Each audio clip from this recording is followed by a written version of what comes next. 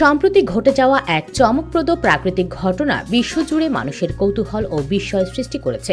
এক প্রবল বৃষ্টিপাতের পর সমুদ্র সৈকত উজ্জ্বল লাল আভায় রঙিন হয়ে উঠলে অনেকেই একে রক্তবৃষ্টি বলে আখ্যা দিচ্ছেন, আবার কেউ কেউ এই বিরল দৃশ্যের মোহে মুগ্ধ হয়ে পড়েছেন। একজন পর্যটক গাইড সামাজিক মাধ্যম এক্সে শেয়ার করা এক ভিডিওতে দেখা যায়, প্রবল বৃষ্টির পর পাহাড়ি লাল মাটি ধুয়ে এসে সমুদ্রের পানিতে মিশে গেছে, ফলে সৈকত জুড়ে এক বিস্ময়কর দৃশ্যের সৃষ্টি হয়েছে। ভূমির মাটি ও সমুদ্রের পানির সংমিশ্রণে পানির রং উজ্জ্বল টকটকে লাল হয়ে গেছে। ভিডিওর ক্যাপশনে ফরাসি ভাষায় লেখা হয়েছে, প্রসিদ্ধ লাল সৈকতের ভারী বৃষ্টিপাতের শুরু। পর্যটকদের জন্য এটি এক অবিশ্বাস্য অভিজ্ঞতা। এই ঘটনার ভিডিও ছড়িয়ে পড়ার পর সামাজিক যোগাযোগ মাধ্যমে নানান প্রতিক্রিয়া দেখা যায়। এক ব্যবহারকারী লেখেন, আমি চাইতাম এই বৃষ্টির নিচে দাঁড়িয়ে থাকতে, যেখানে মাটি ভালোবাসায় রঙিন হয়ে গেছে। আরেকজন মন্তব্য করেন, এই দৃশ্য সত্যি অসাধারণ ও অনন্য। একজন আবার বিস্ময় প্রকাশ করে লেখেন, সুবহানাল্লাহ, কি অপূর্ব সৌন্দর্য!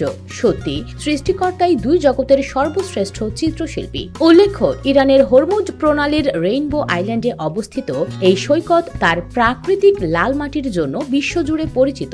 মাটিতে উচ্চমাত্রার আয়রন ও খনিজ পদার্থ থাকার ফলে এটি বছরের বিভিন্ন সময়ই উজ্জ্বল লালচে রং ধারণ করে। প্রবল জোয়ারের সময় এই খনিজ উপাদান সমুদ্রের পানির সঙ্গে মিশে সৈকত জুড়ে এক অভূতপূর্ব লালাভ দৃশ্য তৈরি করে, যা অনেকের কাছে মনে হয় যেন কেউ লাল রঙের রং ঢেলে দিয়েছে সমুদ্রে।